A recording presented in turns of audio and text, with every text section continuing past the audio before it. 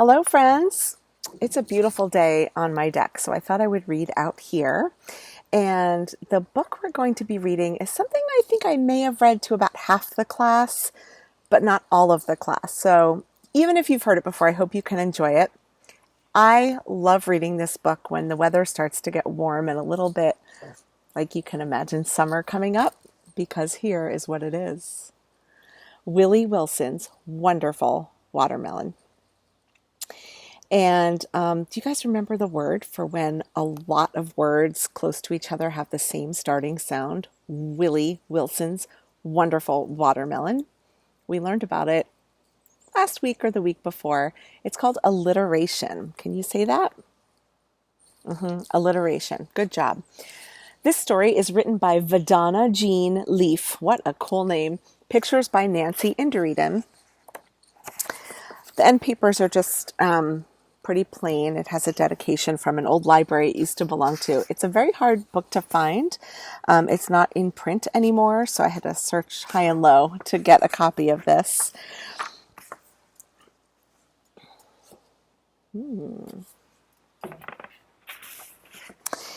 This book, this is the first page, but I want to show you down here. It tells us what year it was written, and it was written in 1974, which is a long time ago. So let's see, 74, 84, 94, 2004, 2014, and now so it's 46 years old. It's just 4 years younger than I am. Oh my goodness. Okay. Willie Wilson loved to eat watermelons. He loved to eat them fresh from the garden with the cool dew of morning sparkling on them. Willie Wilson thumped the watermelons to see if they were ripe. He found the biggest, roundest, plumpest watermelon in his garden.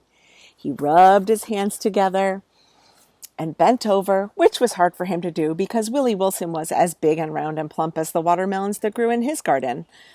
Willie Wilson flicked his finger across his thumb. Friends, can you do that? Flick a finger, it could be this finger, maybe that finger, any of your fingers, across his thumb and thumped the watermelon. If the watermelon sounded ping pong, the watermelon was not ripe. If the thump sounded ping ping, the watermelon was ripe. Willie Wilson never shared his watermelons. If he had too many to eat himself, he loaded them into his cart and took them to the grocery store to sell. Everybody who lived in Hamilton Town knew that grocery store watermelons never taste as good and juicy, sweet, and delicious as watermelons fresh from the garden with the cool dew of morning sparkling on them. One day, it was spring again. Willie Wilson went out to plant watermelon seeds in his garden. There was a little hole in the package of seeds.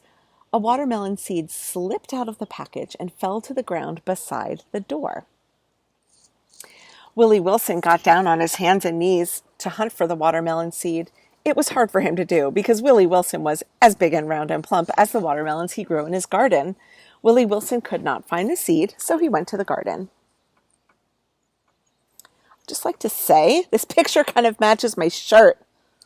I didn't even plan that, you guys. That's kind of cool. One morning, Willie Wilson saw a watermelon growing right by the door of his little house. "The lost watermelon seed," he said. He watered it and pulled the weeds around it. The watermelon plant beside the door grew much faster and bigger than those in the garden. "This must be a special watermelon," Willie Wilson exclaimed. The watermelon plant grew bigger and longer. Its vine began to grow across the door. Willie Wilson had to be careful not to walk on the vine. Every morning on his way to the garden, he had to step over it. It was hard for him to do because Willie Wilson was as big and round and plump as the watermelons he grew in his garden. Okay, I'm not going to show you this picture yet. I'm just going to read first. One day, there was a yellow blossom on the watermelon vine. The next morning, a watermelon started to grow. Willie Wilson's eyes sparkled when he saw it.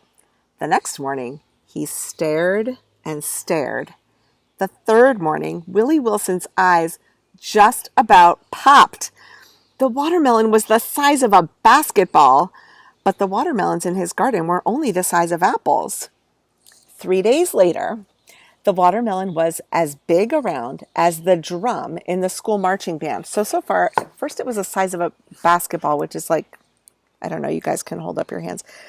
Then it was this as big around as the drum in the school marching band, which might be like that big, like you kind of hold it in front of you. 3 days after that, it was as big as the kiddie wading pool at the town park. Willie Wilson had to take a deep breath and pull in his stomach just to squeeze in and out of the door of his house. Oh boy.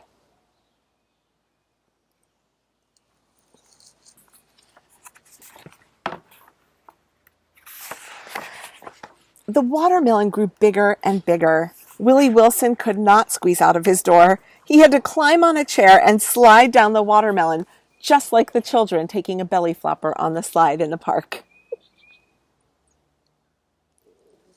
At night, Willie Wilson put a tall ladder against the watermelon. He climbed the ladder and slid down the other side so he could get into his house and go to bed. The boys and girls of Hamilton Town watched the watermelon grow. They thought about how good and juicy, sweet, and delicious the watermelon would taste with the cool dew of morning sparkling on it.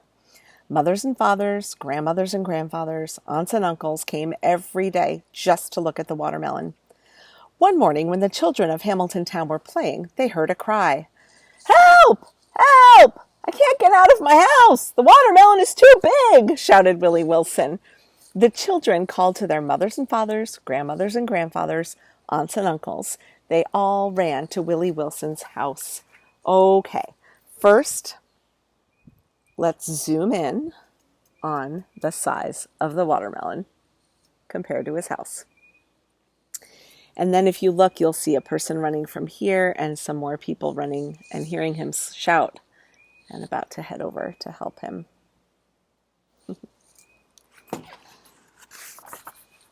Everybody started to talk at once.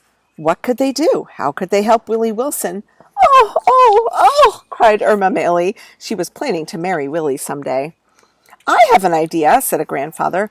"We can push the watermelon away from the door." They tried.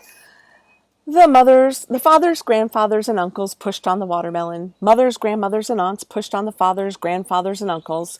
All the children of Hamilton Town pushed on the mothers, grandmothers, and aunts.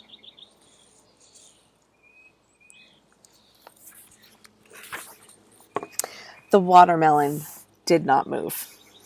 Oh my goodness, friends, this is such a cool illustration, I think. And if you zoom in, you can see all the people. Oh my gosh. Ooh.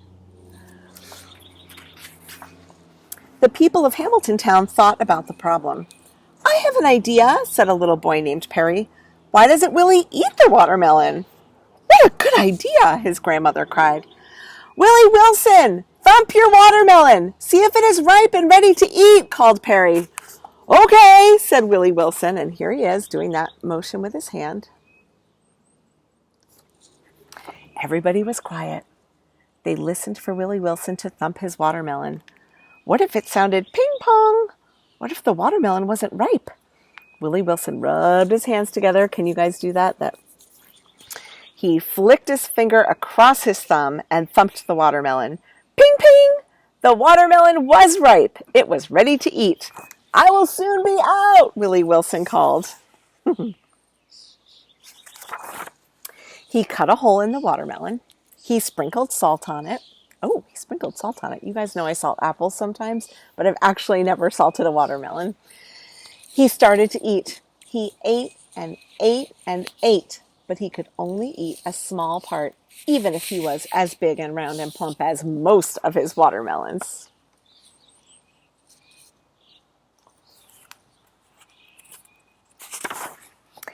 "Will you please help me eat the watermelon so I can get out of my house?" called Willie Wilson. Everybody ran home to get their salt shakers and forks. They sprinkled salt on Willie Wilson's wonderful watermelon. They ate and ate and ate. All the children of Hamilton Town, their mothers and fathers, grandmothers and grandfathers, aunts and uncles ate from one side of the watermelon. Willie Wilson ate from the other side. They ate a tunnel right through the middle of the watermelon.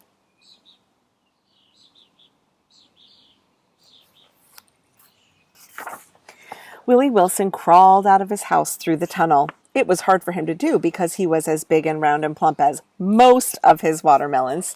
The word most, every time they say it that way, is in all capital letters because they used to say all of his watermelons, but can't say that anymore. Thank you, thank you, thank you, Willie Wilson said.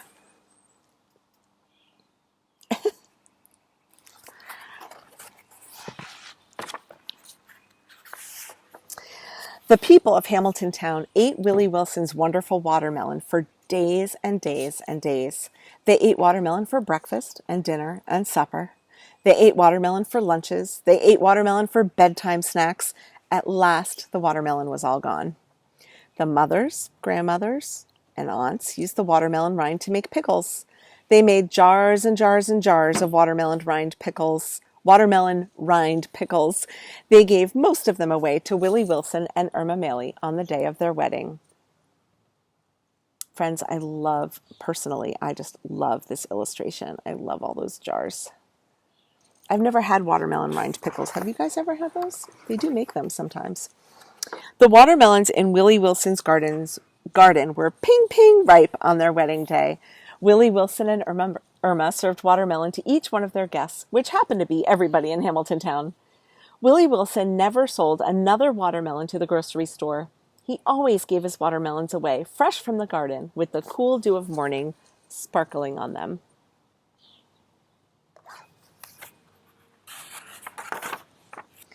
And here on the last page is just a little bit about the author and illustrator. And at the time, oh, wow. The Donna Jean Leaf lived with her husband and 4 young children on a farm in Hamilton County. I believe they mean the Hamilton town in Hamilton, New York, but maybe not. The artist went to the Minneapolis College of Art, and it doesn't say where she was living at the time that this was published. Oh, friends, thanks for reading that with me. I'm wondering, does anybody remember another book that we read about something that grew and grew and grew more than a person was expecting? And that, like in the beginning of this book, Willie he sold the watermelons or kept them for himself. And then in the end, he was sharing them with the community. Do you remember a different book that we read that had to do with someone really sharing what was growing with the whole community? You might not remember the name of it, but if you feel like telling me what you remember about that story, let me know, and I'll remind you of the title if you don't remember. Okay, friends. It was great to see you. Well, I can't see you, but I'm imagining you. Okay, bye.